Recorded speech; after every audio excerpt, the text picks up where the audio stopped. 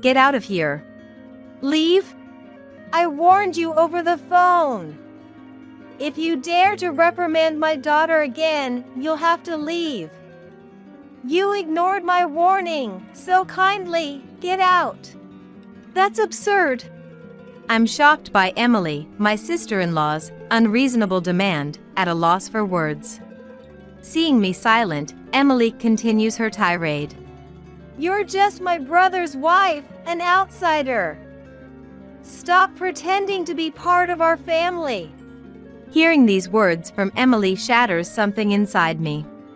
I had endured Emily's verbal abuse and her daughter Olivia's selfishness, thinking they were family.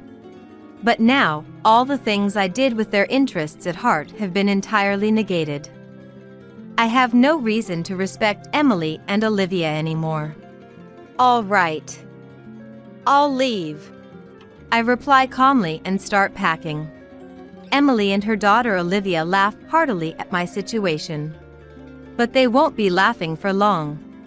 I think this as I gather my belongings. My name is Chloe. I live with my husband Ethan and his parents. Ethan had requested, from the time he proposed, that we live with his parents once we're married. At first, I hesitated, but when I met Ethan's parents, I realized they were decent folks who respected boundaries. Convinced that life with them would be manageable, I accepted Ethan's proposal. Once we moved in together, my mother-in-law took over all the housework while I worked outside. In turn, I took over the chores when I was at home. We divided the work in the house, and everything went smoothly. However, the visits from Ethan's sister Emily were always distressing. Emily has a daughter, Olivia. They frequently visited us, and each time, Emily would take jabs at me relentlessly. Chloe, can I get a cup of tea? I'm so tired from my part-time job and raising my child. You must be relaxed on your off days at home. I'm so jealous. Well, I also work when I'm at home. Oh, the work you do at home is insignificant. I go out to work every day and have a leadership position. Don't compare yourself with me. When it was time for Olivia to find a job, Emily often came over to complain about why Olivia couldn't find one. Olivia is excellent, just like me. The recruiters who reject her must be blind. Maybe she could broaden her job search. Whenever I tried to give advice, Emily would lash out furiously. What? What could you, who barely works, know? Shut up! It seems Olivia finally landed a job after most of her classmates did.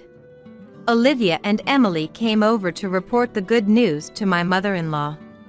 Granny, I've got a job. Look! Olivia proudly shows off her job offer letter to my mother-in-law, who smiles contentedly. Well done, Olivia. Yeah. I didn't expect to get into such a large company in the end. The interviewer was kind from the start. Next to Olivia, Emily grins broadly. This company is a subsidiary of the company I work part-time for. My name might be known even in the parent company, since I've been around for a while. So, I got the job thanks to Mom, huh? It could be. The interviewer saw your name, recognized you as my daughter, and probably had a good impression. Come April, Olivia was to attend a month-long training program for new employees. The training location was only a few minutes away from the home where my in-laws and I lived. Emily, knowing this, called my mother-in-law. Mom, I want Olivia to commute from your house during her training. The training place is over an hour away from our home. We have a spare room, and we don't mind at all.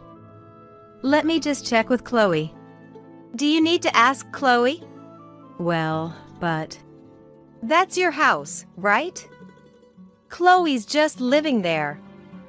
She won't complain. Thanks to Emily's insistence, I only found out that Olivia would be living with us for a month after everything had been decided. I was a bit puzzled, but there was no reason to oppose Olivia living here. I warmly welcomed Olivia, and our shared life began. Once the training began, Olivia was late 1 out of every 3 days, despite the training location being just a stone's throw away. It seemed that her habit of waking up at a fixed time every morning had completely disappeared due to her relaxed student life. Grandma, why didn't you wake me up? I called you many times. If I don't make it in time, calling me doesn't mean anything. Forget it. I'm taking the morning off today. Please call the company and tell them I'm taking a half day off due to poor health. Olivia, you're an adult now. You should be doing such things yourself. If I say I'm too sick to even make a phone call, it'll be more believable. Just do as I say. Taking advantage of my mother-in-law's soft spot for her granddaughter, Olivia had become completely spoiled. Even when she came home from training, Olivia wouldn't do anything for herself. Grandma, I'm tired. Is dinner ready? Welcome back, Olivia. I'm about to make it. What? You're just starting now? Why didn't you have it ready by the time I got home?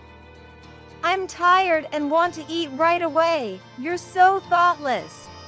I'm sorry. I'll have it ready soon. Seeing my mother-in-law being pushed around by Olivia, who was probably tired from her first job, I couldn't stand it and spoke up. Listen, Olivia, having a warm meal waiting for you when you come home isn't something to be taken for granted. Why don't you show some appreciation to Grandma? Why do I have to listen to you, Chloe? You're not even family. Stay out of it. Not family? I married Ethan, so I am part of your family, Olivia. Family? LOL. Mom said, Chloe is my brother's wife, so she's an outsider, LOL. Then let me tell you as a senior member of the workforce. Olivia, you should take more responsibility for yourself. Waking up on time to avoid being late is a basic rule of being an adult. A senior in the workforce, LOL. Chloe, you're not even going to work every day, LOL. Wait till you're actually working hard like me or Mom before you start acting all high and mighty. Olivia seemed to completely ignore what I was saying. Then one day, when I returned home from work, I could hear Olivia's loud voice coming from the living room. What do you mean you're going out? It's unacceptable that there's no dinner when I come home exhausted. I'm sorry, but we were looking forward to our theater outing that day. Your theater outings are just fun and games. I have work. You need to cancel it. Apparently, my in-laws had informed Olivia that they were going to the theater next week and wouldn't be able to cook dinner, and this had infuriated her. I was well aware that my mother-in-law had been looking forward to this day at the theater for quite some time. However, I was worried that if things kept going this way, they might feel compelled to cancel their plans to avoid upsetting Olivia. So, I hurriedly proposed a solution. Since you've been looking forward to this, you should go. I'll take care of Olivia's dinner that day. My in-laws seemed thrilled by my suggestion, but they quickly began to worry. But isn't that a work day for you, Chloe? Are you sure it'll be all right? Yes, if I arrange things now, I think I can get home early. So, don't worry and have a good time. On the day of the theater outing, I left work early to come home. My in-laws happily left for their event. After seeing them off, I did some shopping for dinner and waited for Olivia's return. As always, as soon as Olivia came home, she lay down on the couch and waited for dinner. Oh, I'm hungry. Chloe, hurry up and get cooking. Olivia, let's cook together today. At my words, Olivia jumped up from the couch. What? What do I have to do? Isn't it natural to cook your own food? No way! I've been at work. I'm not doing housework when I'm tired. I've been working too. I've got the ingredients. Can't you just help me out? The same. You, Chloe, who can come home whenever you want from your easy job, and me, who has to go at a set time every day, are not the same. Just hurry up and make it by yourself. The fact that I was able to come home early today was a result of painstakingly adjusting my work schedule. But I doubted that Olivia would understand that. Swallowing my anger, I calmly tried to reason with her. Listen, Olivia, I'm not asking you to help me because I find it bothersome to cook alone. I want you to understand what it means to be a responsible adult. What? I don't need your interference. After letting the grandparents go out without asking me, you're giving me a lecture, which is super annoying. Olivia then stood up, visibly irritated, and started dialing on her phone. Mom? Listen to this. Chloe keeps nagging me, and she won't even cook dinner. She unloaded her complaints about me to her mother, Emily. Once she had said her piece, she handed me the phone with a triumphant smile. Mom wants to talk to you, Chloe.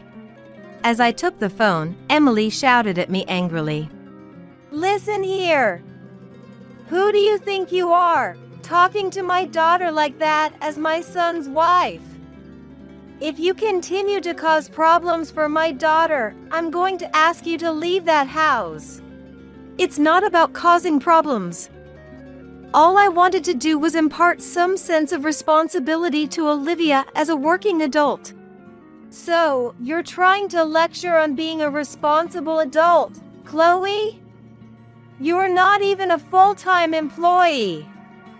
How can someone who is hardly needed by the company afford to be so cocky? How can you say I am not needed, Emily? When you've been around as long as I have, you can tell at a glance who's capable and who's not. Well, I've made sure to see off many a dead weight. Then, without a second thought, Emily added, just go and prepare dinner for my daughter, and hung up the phone. Olivia, sitting next to me, smirked as she looked my way. You better not oppose my mom, Chloe. There's no one at work who can even admonish her. So get to making dinner already, okay? With that, she sprawled lazily on the couch again. This mother and daughter pair, there's no reasoning with them. Left with no choice, I began to prepare the meal. I'm so hungry because of your pointless chit-chat, Chloe. As she nibbled on the meal I prepared, Olivia mumbled complaints under her breath. Once she was done eating, she abandoned her dishes and headed back to the couch to watch TV, without so much as a thank you. Hey, Olivia. At least clean up after yourself. I tried repeating myself, but all I got was a bored look from Olivia. Suddenly, the doorbell rang. It was Emily. Why are you here? To my surprise, Emily casually replied. It seemed like you didn't quite get the message over the phone, Chloe, so I thought I'd come over and tell you directly. Hearing her mother's voice, Olivia excitedly reported. Mom, listen. Just after you warned her over the phone, Chloe started lecturing me again. Hearing Olivia's words, Emily glared at me. Looks like it was the right decision to come here after all. You're still complaining to my daughter even after everything I said. I had backed off on the phone, but I couldn't let this go. For Olivia's sake, I had to say something. It's not a complaint. I'm merely teaching her the basic manners of cleaning up after herself, something even a grade schooler should understand. Hearing this, Emily snapped at me. There's no need for someone like you to tell us about manners. Have you considered your own situation before lecturing about manners? What about my situation? You and Ethan can barely afford a house even with both of your salaries combined. You're just leeching off this household. Why don't you change your own attitude before teaching my daughter about being a responsible adult? I'm not here to leech off you. As proof, I make sure to pay my share of the rent and living expenses every month. I wonder. Well, it doesn't matter. Either way, you're going to leave this place. Leave? I told you on the phone. If you continue to berate my daughter, you'll need to move out. You ignored my warning, so now it's time for you to go. That's absurd. I was at a loss for words at the sheer injustice of it all. Seeing me unable to retaliate, Emily went on. You're still an outsider, even if you are my brother's wife. Stop acting like you're part of the family. Emily's words hit me hard, and something inside me crumbled. I had put up with Emily's insults and Olivia's selfishness because I thought of them as family. I had been rejected by them despite doing everything with their best interests at heart. There was no reason left for me to restrain myself with Emily and Olivia anymore. All right, I'll leave. I say quietly, beginning to pack my things. At the sight of me, Emily and Olivia start to crack up. Ignoring their laughter, I continue to pack when my in-laws return home. Oh, is that you, Emily? Chloe, what's with the luggage? My mother-in-law's face shifts as she takes in the scene. Before I can answer, Emily chimes in. Chloe's been lecturing Olivia while she can't even do her own job. She's become such a nuisance. We've decided to send her packing, haha. What? My mother-in-law's face drains of color. Apologize at once. And you too, Olivia. Why should I apologize to Chloe? If she wants to be part of our family, she should ask us. Maybe then we'll consider it, haha. Emily's statement is backed up by a firm nod from Olivia. My mother-in-law sighs deeply. You too, it's over for you. What? What are you talking about?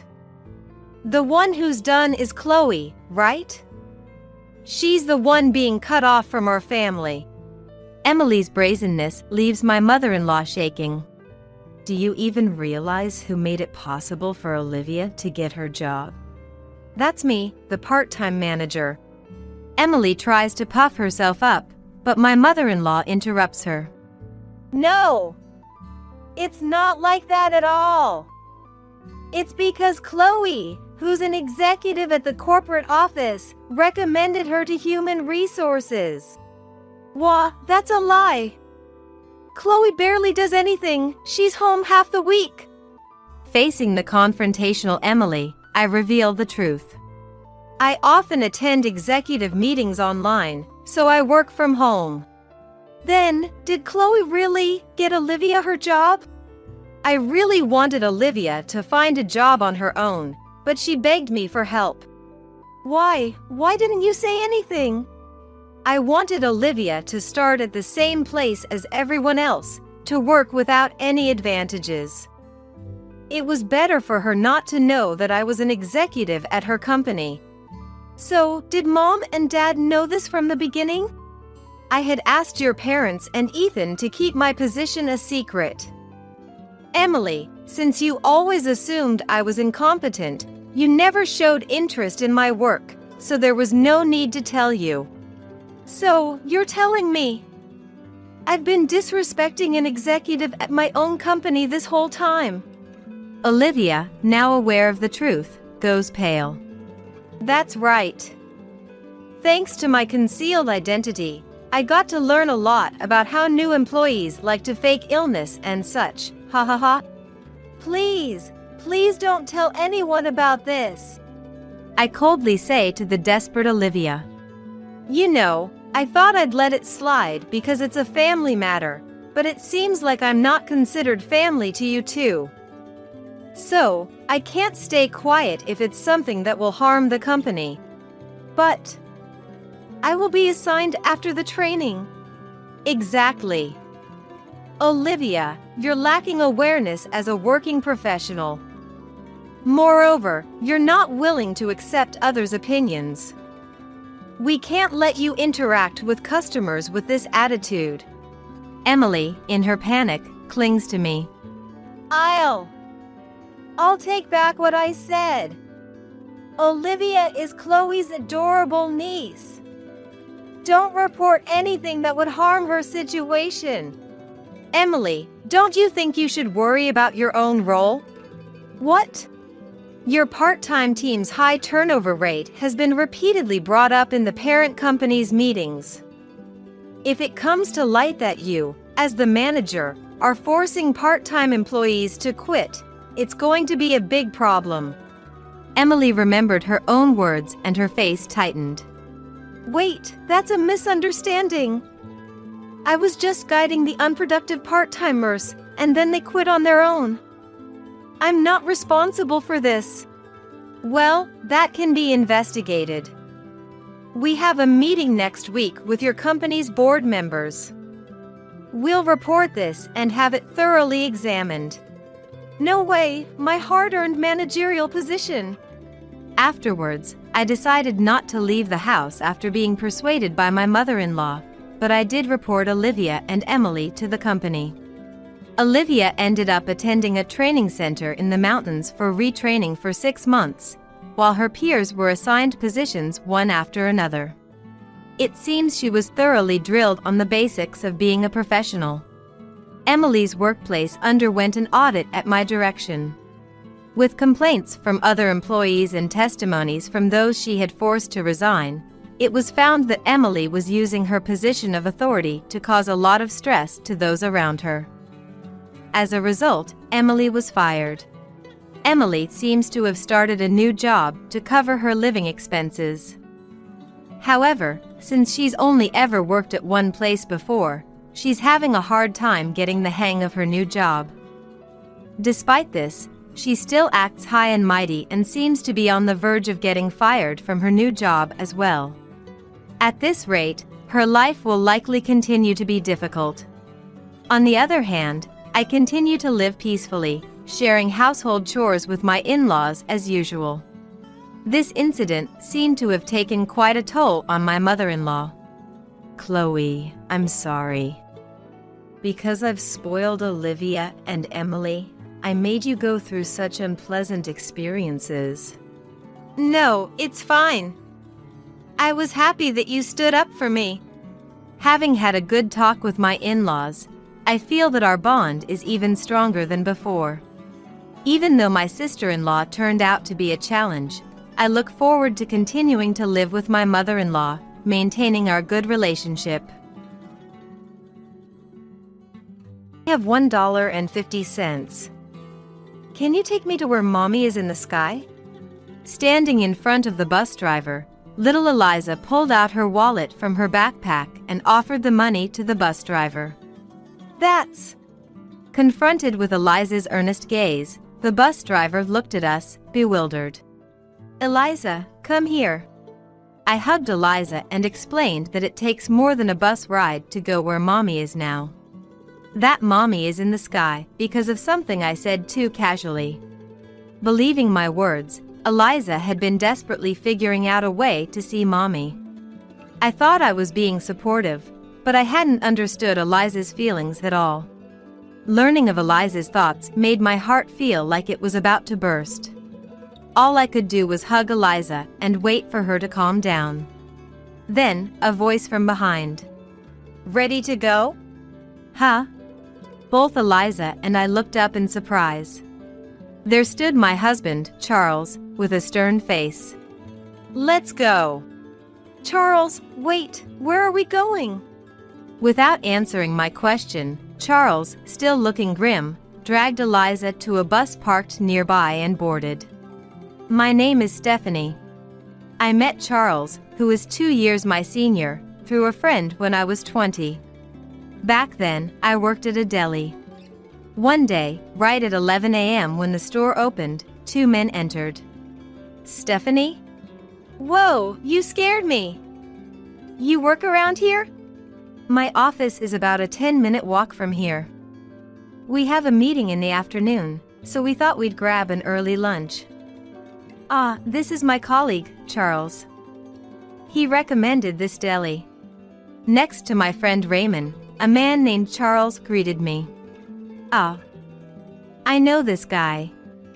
He comes in about once a week and always buys a sandwich. You come here a lot, don't you? Thanks for always coming. After I thanked him politely, Charles blushed. Seeing Charles's reaction, my friend smirked. Charlie is a really capable guy, someone I look up to. He's quiet but has always been patient and supportive. Stephanie has a gentle, almost animal-like character, like a younger sister. I have a feeling you two will get along. What are you talking about? Come on, let's buy and head back. With that, Charles picked up 2 sandwiches and handed them to me. That'll be $8 for both. As I was handing back the change, my fingers brushed against Charles's palm. Oh, I'm sorry. No, I'm sorry for what Raymond said. Let's go. Watching Charles walk away, with Raymond waving goodbye beside him, I noticed Charles's earlobes had turned red. Despite being older, it was somehow endearing. I couldn't help but smile. From that day on, we became aware of each other. Thank you for always providing delicious lunches. No, thank you for coming to buy them. You like salmon, right? Charles nodded shyly. Would you like to go see it together? One day, Charles offered me movie tickets. This is exactly what I wanted to see. Wow, I'm so happy. Seeing me happy made Charles smile shyly. After that, we went out together several times and eventually started dating. Let's make a picnic basket tomorrow and go for a picnic. What do you want to eat? Salmon? I like salmon, but maybe French fries. Choosing his words carefully, Charles shyly confessed that French fries were actually his favorite. French fries aren't in a sandwich. I burst out laughing at his unexpected confession. No, I didn't want to hold up the line for other customers. Charles, as usual, spoke shyly. Clumsy with few words and shy, Charles possessed a kindness that was considerate of others. Though often perceived as quiet and stiff, his kindness always came through to me. And I wanted to be with him forever. Fortunately, Charles seemed to feel the same way, and when I was 22, I married Charles. The following year, our son Sean was born. It was evident how much Charles adored Sean. Whenever Sean cried, Charles would immediately come running to quietly and restlessly hold him. Thank you, Charles. If you talk to him, he'll soon recognize your voice too. Talk to him, like, what should I say? Coughing and handing Sean to me, Charles scratched his head and went into his room. He must be embarrassed. I found his awkward expressions of love endearing. Eventually, Sean became a schoolboy. Dad, listen. Today at school. Is that so? Can I learn baseball with my friends? Do what you like. Even though Sean spoke excitedly, Charles would listen but usually end conversations with nods or a word. To me, who understood Charles, it was nothing unusual, but as Sean grew, he began to speak less to his father. Sean, did you message Charles that you got into your first choice college? No, tell him for me, Mom. Dad's not interested in me. That's not true. Because the lucky charm. Lucky charm? Well, Charles is quiet with everyone, but he really does care about Sean. Really? Charles had prepared a lucky charm for Sean's college entrance exams. Don't tell him it's from me. Embarrassed, Charles said this as he indifferently handed me the lucky charm. I ended up giving it to Sean, but it was clear that Charles, more than anyone, cared for and supported Sean. I hoped that someday Sean would recognize Charles's difficult-to-understand way of expressing love. Watching Sean's grown-up back, I couldn't help but wish for that. After leaving home to go to college, Sean got married at 23 to Helen, whom he had been dating since his university days. The night before the wedding, looking for Charles who hadn't come to bed yet, I found him alone in the living room, drinking and looking through an album. He's grown up. I could barely hear Charles's hoarse voice. Trying not to be noticed by Charles, who was flipping through the album while sniffling, I quietly returned to the bedroom. The following year, Sean and Helen had a beautiful little girl named Eliza. Sean's family lived in an apartment an hour's drive from us, and they always invited us for celebrations, allowing us to witness Eliza's growth up close. "Eliza, it's Grandma." Holding Eliza, she would brightly smile back. Eliza, resembling Helen, had clear and distinct features. She wasn't shy and was so adorable that I was completely smitten with her. And beside me, Charles silently offered his index finger to Eliza. When Eliza grabbed Charles's finger, he finally allowed himself a slight smile. "Grandpa loves you very much, Eliza." As I spoke for him, Charles's face turned bright red. Eliza stared intently at Charles. The growth of a grandchild seemed even faster than that of one's own child. Before we knew it, Eliza was walking and talking. When alone with Eliza, Charles would softly talk to her with a gentle smile, but he seemed embarrassed to be seen doing so by others. "Grandpa, Grandpa." "Eliza, Grandpa is busy. Let's play over here with me." Even when Eliza called him in front of Sean and Helen, Charles, embarrassed, would escape to his room.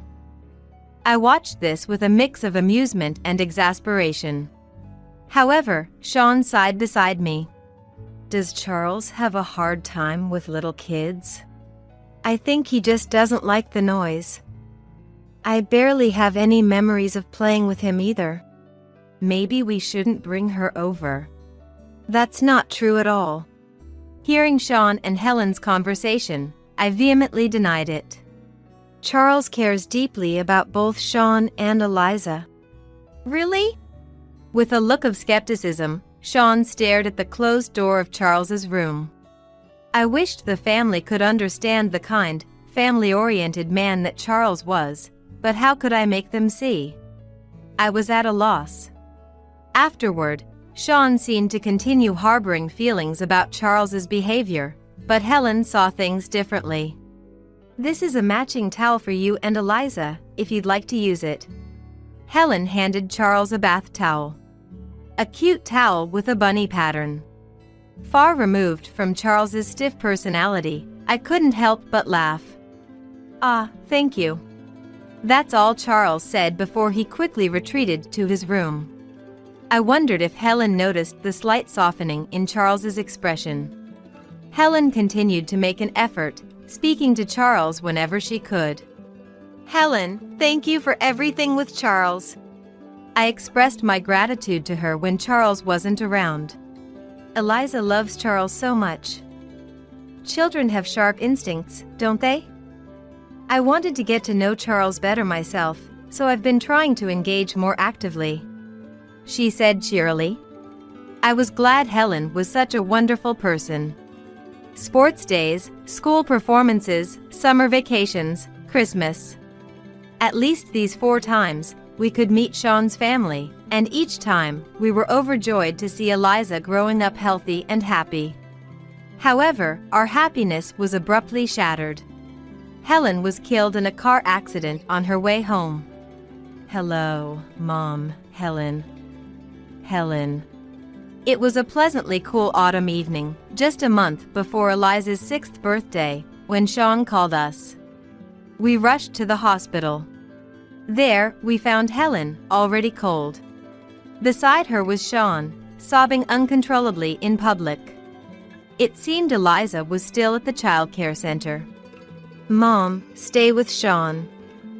I'll go pick up Eliza from the childcare center." With that, Charles, while worried about Sean, left the hospital room. It was after midnight by the time Sean and I got home, having dealt with the hospital, police, and various procedures. Welcome back. Where's Eliza? She's sleeping in my bed. I made sure she had dinner and took a shower. Thank you. The sink was left with unwashed chopping boards and pans. Sorry. I fell asleep after putting her to bed. I'll clean it up now. No, I'll do it. Thank you, Charles. Helen was particularly careful with Eliza's meals due to her allergies. So Charles, who rarely cooked, must have prepared dinner for Eliza. Charles had never taken care of his granddaughter by himself before, but I thought he did a great job. Back home, Charles silently stayed by Sean's side as he broke down crying again. Eliza faced Helen's body for the first time at the funeral. She looked as if she was sleeping, beautifully dressed. Daddy, why is Mommy sleeping here? Unable to bear Eliza's words, Sean ran out. Eliza watched her father leave with a puzzled look. Mommy's not going to wake up anymore. She's gone to heaven. Did Mommy go alone? Take me with you. Eliza held on to her mom's hand. Mommy, let's go home. You'll catch a cold sleeping here. At just 5 years old, Eliza couldn't understand that her mother would never wake up again. Neither Charles nor I knew how to explain it to her, so we just stood there, helpless. Somehow, we made it through the funeral and returned home. I was worried about Sean, who seemed numb and drained of tears. Hey, Sean, why don't we live together? With 3 adults, we can properly take care of Eliza. Seeing Sean so shut down and shocked, we offered to live with him. Sean nodded silently, and that settled it. We would live together. Wow, I get to live with Grandpa and Grandma? Yay! I hope Mommy comes back soon. Eliza, not understanding anything, was happy with the idea. Leaving already? What about breakfast? I'll eat at the office. I'll be busy for a while, so don't bother preparing dinner. Sean left at 6 a.m. and returned at 11 p.m. By the time he got home, the 3 of us were already asleep. He wouldn't talk to anyone, just took a shower and went to bed. And left before Eliza woke up. Sean seemed to be immersing himself in work on purpose, trying not to think about Helen. Give this to Sean. Worried about Sean, Charles bought a box full of the chocolate Sean used to love. From Charles. I didn't know if Sean was eating properly at work, but every morning I gave him the chocolate along with a sandwich for breakfast. Every morning, Eliza would wake up and ask if Mommy had come back. Mommy's in the sky now. We can't see her, but she's watching over you, Eliza. Each time, I took Eliza in front of the portrait and explained. Let's say good morning to Mommy. Good morning. Eliza looked unconvinced, and I forced a smile. Come back soon. I heard Eliza's whisper, but I tried to override her words with my own. Today, we'll go pick flowers with Grandma. Since Helen's death, Eliza hadn't gone to childcare. She didn't want to go without Helen, who always took her there. With her mother gone and seeing her father rarely, Eliza must be feeling insecure. Thinking this, I decided to stay by Eliza's side as much as possible to distract her. If you keep looking down, Helen will scold you. She said there was nothing happier than seeing you and Eliza smile. I tried to cheer up Sean, who remained withdrawn, but mentioning Helen's name brought silent tears to his eyes. I'm sorry. But you're Eliza's father. I know. After saying that, Sean quickly left the house. Meanwhile, Eliza, still not doubting that Helen would return, kept asking about her mom every day. Each time, I told her Helen was up in the sky and took her in front of the portrait. Mommy can hear you from here, Why don't you talk to her?" But Eliza remained silent, just staring at her mom's portrait. How can these two get through this? I sighed deeply. One day, while watching a children's show with Eliza, she said, "Grandma, give me some money." "Eh? Money? What for?" "I want to take the bus." The show we were watching was about a little girl traveling to various places by bus. Flying through the sky, crossing rainbow bridges, running underwater. Anything was possible, and she could go anywhere. It was a story full of dreams. "Then, if you help out, I'll give you some pocket money. Let's save up and take the bus, okay?" "Okay." I saw Eliza's beaming smile for the first time in a long while. Where does Eliza want to go? It might be nice to take a trip together. Maybe it would help Sean feel a bit better. Thinking this, I smiled fondly at Eliza, who was eager to help out. "Grandpa, Grandma, we're going to take the bus." A few days later, Eliza appeared in front of us, backpack on and hat in place, all ready to go. "Are we going today?" "Yes." "We have to hurry, or we'll be late." Charles and I exchanged looks. Pulled along by Eliza's determination, we found ourselves heading to the bus stop. "We're just going to look at the buses today." I hadn't planned anything yet and told Eliza so, but she wasn't listening. Maybe seeing the buses would calm her down. With that thought, we took Eliza to the bus stop. Upon arriving and spotting the bus driver, Eliza ran off. "Running is dangerous." Charles and I hurried after her. Reaching the bus driver quickly, Eliza pulled out her wallet from her backpack and offered the money to the bus driver. "I have $1.50. Please take me to where Mommy is in the sky." "That's..." Faced with Eliza's earnest gaze, the confused bus driver looked at us. "Eliza, come here." I hugged Eliza and explained that it takes more than a bus ride to go where Mommy is, that Mommy is in the sky because of something I said too casually. "We can go! We can go anywhere! I want to go see Mommy!"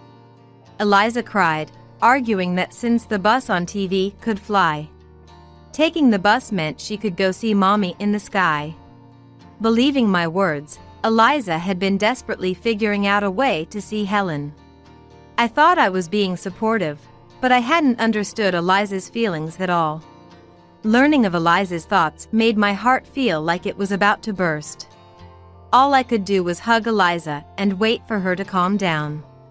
"Ready to go?" About 5 minutes had passed when a voice came from behind. "Huh?" Both Eliza and I involuntarily looked up. There stood Charles, with a stern face. "Let's go." "Charles, wait, where to?" Without answering my question, Charles, still with a stern expression, firmly grabbed Eliza's arm. Ignoring Eliza's surprise and ensuing tears, Charles dragged her to a bus that was stopped nearby. "We're leaving." I hurriedly followed the two of them onto the bus. Soon after, the bus started moving, and we took our seats. Eliza didn't understand what was happening, but her tears had stopped. In the empty bus, we sat in silence. "Charles, where are we going?" Having regained a bit of composure, I asked Charles about our destination. "You'll see soon." Charles said only that, shifting his gaze outside the window. I turned to Eliza. "Eliza, want a candy?" Eliza nodded. "There's the sea over there. The tunnel's long." To break the awkward silence, I made an effort to sound cheerful. After about 30 minutes. "We're getting off at the next stop." Charles said this and began walking as soon as the automatic door opened. Holding Eliza's hand so we wouldn't fall behind, I followed him. Charles left the bus stop and got into a taxi that was waiting. Holding Eliza's hand, which looked anxious, we also entered the taxi. Charles must have told the driver the destination before we boarded. because the taxi started moving as soon as we got in. Going out with Grandpa and Grandma is nice, isn't it? The driver spoke to Eliza through the rearview mirror. Eliza didn't reply with much enthusiasm, but the driver continued. There's a place nearby that sells delicious cookies. You should ask them to buy you some. Okay. Hearing about cookies, Eliza's expression lightened slightly, and the driver smiled kindly at her. After about 15 minutes, the taxi stopped in front of a cemetery. I know this place. That's great. You remember coming here before? Yes, we had been here once before. But since we had come by car last time, I didn't realize where Charles was taking us until partway through. Without waiting for us, Charles walked through the cemetery and stopped in front of a grave, beckoning Eliza. Knowing it was a familiar place made Eliza a bit more at ease, and she ran to Charles. Sorry we couldn't explain properly last time we were here. Your mom is sleeping here, Eliza. Charles squatted down to meet Eliza's gaze and spoke slowly. The truth we had been vague about to Eliza. That Helen had died in a traffic accident and that we can never meet people who have passed away again was explained by Charles to Eliza. Eliza, trying to hold back her tears, listened intently to Charles. Even though we can't see Mommy, she's always near you, cheering you on, Eliza. As I fought back tears, I put on my bravest smile for Eliza. Mommy said she's happiest when she sees Eliza and Daddy smiling. Come on, tell Mommy something fun. I admired Charles for his deep understanding of Helen. Mommy, I've always wanted to see you. I've been so lonely. Eliza, seemingly unable to think of a cheerful story on the spot, began to express her feelings little by little. I did a lot of chores because I wanted to see Mommy. She talked about working hard on chores to earn bus fare to see Mommy, learning how to wash dishes, and experiencing her first bus ride through a long tunnel. As she spoke, Eliza's expression gradually became brighter. There's a cookie shop nearby that Mommy liked. Eliza remembered what the taxi driver had mentioned earlier. Then, let's buy some on the way back and eat them together. Is Mommy coming home with us? Mommy is always near Eliza. You just can't see her. But she's there, so let's talk a lot at home, okay? Yeah. Seeing Eliza's spirits lifted, Charles and I felt relieved. That evening, Eliza was in front of the portrait. The cookies were delicious. Have some, Mommy. Good night. Eliza, who rarely talks in her sleep, said something that night. Mommy, let's race to the other side. It seemed like she was playing with Helen in her dreams. Charles, thank you. I was grateful to Charles for having the courage to explain the truth to Eliza. Now it's Sean's turn. I had no confidence in cheering up Sean. A week passed. I had fallen asleep while putting Eliza to bed and woke up around 11 p.m. Oh no, I still haven't washed the dishes. Walking down the hallway to the kitchen, I heard a voice from the living room. Have a drink with me. Peeking inside, I saw Sean had just returned, holding a bag in one hand. I'm too tired. Sit down. Charles firmly made Sean sit and poured him a glass of whiskey. We went with Eliza to Helen's grave the other day. Charles told Sean about how Eliza had saved up money from doing chores to take the bus to see Mommy, how she cried at the bus stop wanting to see Mommy, and how they had explained the truth to Eliza, who understood. Eliza has managed to sort out her feelings and is now living looking forward. It's about time you did too. Sean interrupted Charles by placing his glass down. It's not that easy to just switch feelings. Sean tearfully argued that he still couldn't accept Helen's death and had been intentionally immersing himself in work to avoid thinking about her. I'm not a child. I can't just accept it like Eliza. You can't possibly understand how I feel. Charles glared at Sean, who was screaming irrationally, losing his composure. It's not because she's a child that she accepted it quickly.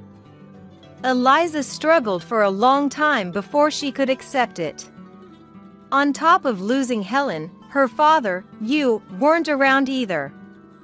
The one Eliza wanted to rely on the most was her father, you. Indeed, Eliza, though she never verbalized it, always cared about Sean. No matter how much we were there for her, the sudden separation from the family she had lived with must have been incredibly unsettling. Hearing Charles's words, Sean calmed down a bit. We're at an age where anything can happen. When that time comes, who will protect Eliza? Only her father, you. Sean looked down, tears streaming.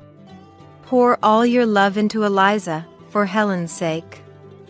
We're a family, so we should spend time together and get through this together. Before long, tears were also streaming down Charles's face. Charles's words must have struck a chord with Sean. Making sure not to be seen by the two men, I quietly returned to the bedroom. The next morning, all the dishes in the sink were washed, and 2 glasses were set out to dry. Thanks for washing up. Did you have a drink with Sean? Yeah. What did you talk about? I don't remember, was too drunk. Charles, opening his newspaper wider to avoid the question, showed he could keep the confidentiality of a man-to-man conversation. This was another aspect of Charles that I appreciated anew. After that, Sean began to eat breakfast at home.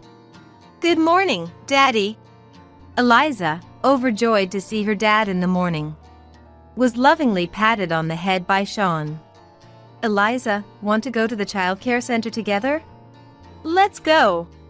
Knowing her dad was by her side, Eliza, who had been skipping childcare, started going again. I'll do my best at childcare, so Daddy, you do your best at work too. When you come back, let's talk with Mommy, the 3 of us. Okay. Eliza's cheerfulness was a salvation for Sean, who was becoming more positive. As promised, when Sean could come home early, he and Eliza would talk about their day in front of Helen's portrait. Eliza was such a cheerful child. No matter how hard we, as grandparents, tried, we couldn't match the impact of a father. Thanks to Sean, Eliza was able to regain her true self. Finally accepting his role as a single parent, Sean started looking for a new job to cherish his time with Eliza. He sought a company that allowed remote work and was friendly to parenting generations. Don't overdo it. Rely on us. Just by staying cheerful, you keep Eliza cheerful too. Thank you. Seeing Sean, who had fully embraced his role as a father, I felt a sense of reliability. A year into his job search, Sean finally landed a position at his desired company. Thanks to this, he could now attend school events held on weekdays and spend Sundays enjoying activities or visiting places Eliza wanted to go. What do you guys talk about when you drink together? On Sundays, after Eliza had gone to bed, Charles and Sean would invariably start drinking. Curious about their conversations, I asked, but apparently they didn't talk about anything specific. Well, that's understandable when Charles is involved. Charles, who silently and kindly watches over everything. Surely, his kindness must be felt by Sean as well.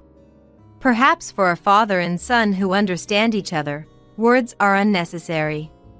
I found their relationship somewhat enviable. Eliza, what happened to this shoe?